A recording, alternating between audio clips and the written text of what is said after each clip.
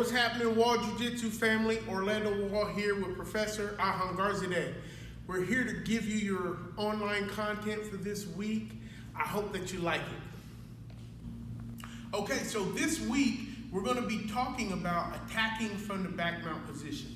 So now, first thing we want to do is establish a solid seat belt.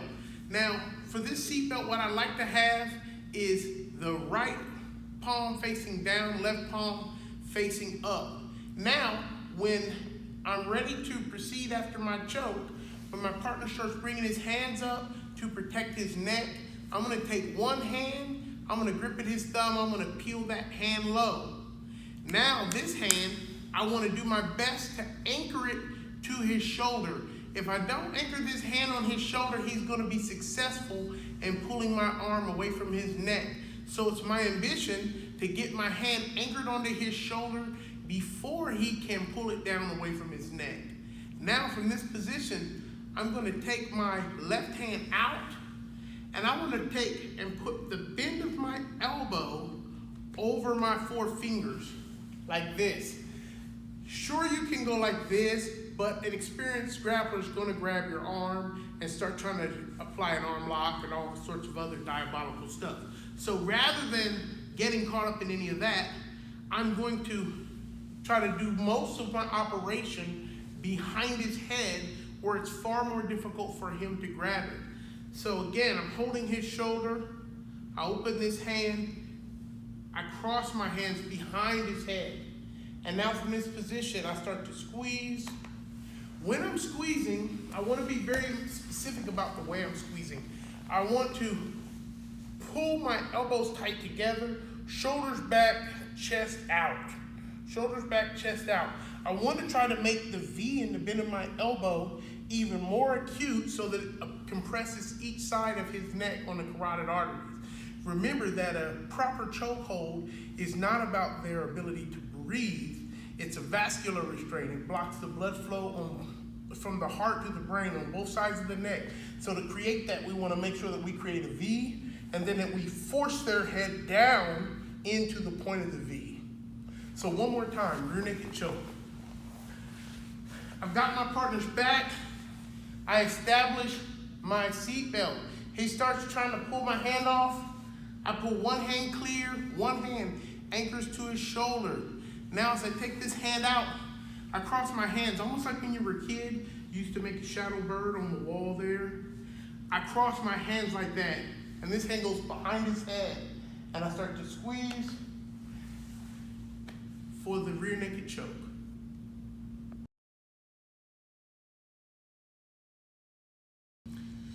So now, it was my real ambition to put this rear naked choke on him. He grabbed my hands, I peeled his hand off, and I had big plans of putting his hand up and anchoring on his shoulder, but he was stronger than I thought he was.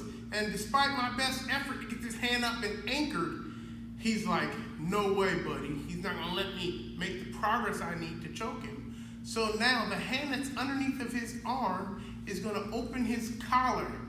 And I'm gonna put my thumb inside that collar, and now look here. You see I pull this collar down so that there's no slack. If you look at his collar right here near my face, how it puffs up, I wanna pull it so that that is tight. Once I get it down as tight as I can get it, I wanna anchor my hand there. Now my second hand is gonna reach across for his opposite lapel. Please be careful not to reach too high up on his chest. In fact, I want you to reach right around his solar plexus. This makes it so that your arm is in a strong range of motion and that you can extend it straight without too much difficulty. Now I'm going to start to turn him to the side where the arm is over the top. I turn him to the side, I start to straighten my arms and advance my hips. When you do the sliding lapel choke, you're straightening both arms. However, I want you to be mindful of using your legs and hips. Like I'm gonna go here and do the legs and hips without the choke. The legs and hips pushing away like this. This allows me to separate from my partner and more easily and forcefully straighten my arms. If I try to do all of the work with my arms without using my legs, the potency of the choke is diminished. But if I use my legs, now my legs just extending my body, that makes the choke tight by itself. And then when I add some effort using my arms, it becomes unbearable. One more time. So here we are. We start with the seatbelt. I tried to clear his hand, go for the naked choke, but he was resisting. I opened his collar. I put my thumb inside and I secure a tight grip. Little black belt tip right here.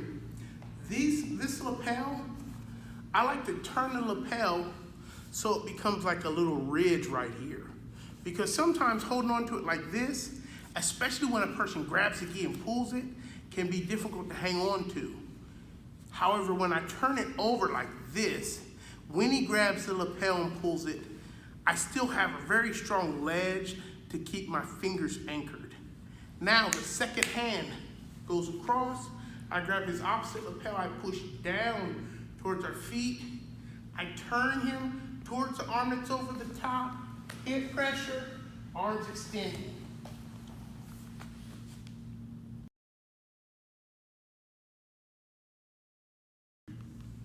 Okay, team, so here we are at our opponent's back again. I cleared his hands away. I got my hand anchored, but he was doing a good job pulling down on my arm, keeping me from closing it as far as I'd like to. One of the most overlooked submissions from the back mount is the sleeve choke. I want to take this hand out and anchor all 4 fingers inside of my sleeve. The moment that I get 4 fingers inside of my sleeve, my job is to turn my hand like I'm looking at my watch. This is going to ensure that I have the strongest possible grip on my sleeve. So I turn my hand like I'm looking at the watch. Now, this hand is going to go behind my partner's head, and it's going to be important that I tilt him towards the sleeve. If you look at it, the sleeve is kind of like the mouth of the monster. I want him to go towards the mouth of the monster so that this hand can close over the top.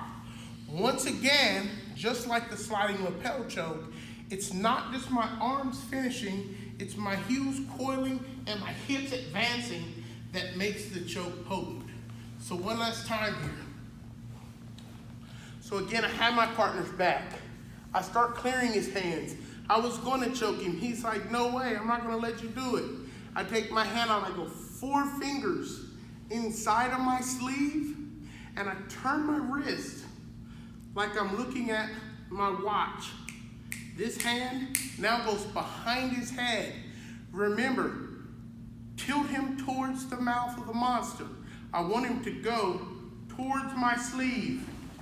Now that he falls into the sleeve, my hand goes over, and I extend my hips for a complete sleeve choke.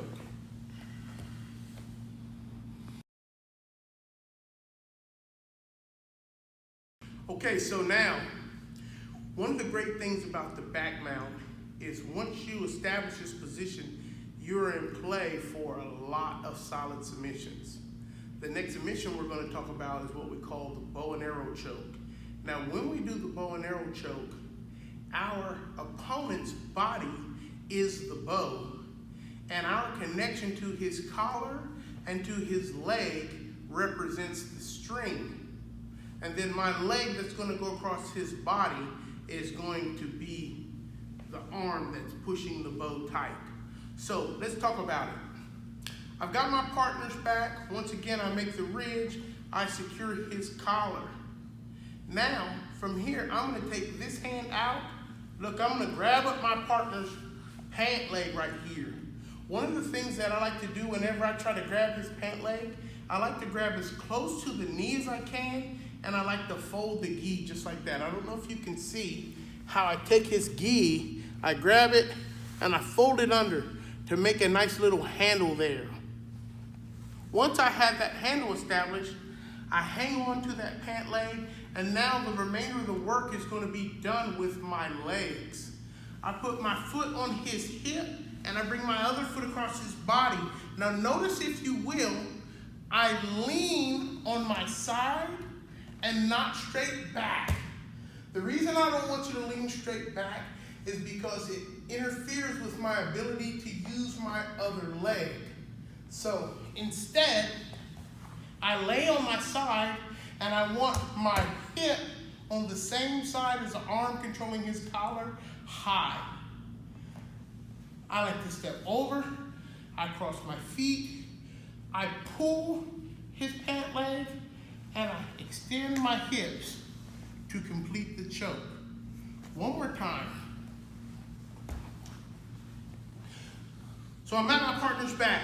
We're having this struggle for power. I get my hand inside of his collar, I reach down, I make my connection to his thigh. Now my right foot, I put it here on his thigh. I can also put it on the floor. If I put it on the floor, I've got to make sure that I keep my knees tight and close to him. I don't want this leg to go on vacation because things can start to fall apart. I want to keep this foot close and tight. I bring my leg across his body, and then I bring my leg over his shoulder. If you are encountering great resistance from the hand attacking your grip, you can use this foot to push that hand clear, cross the feet, and advance the choke.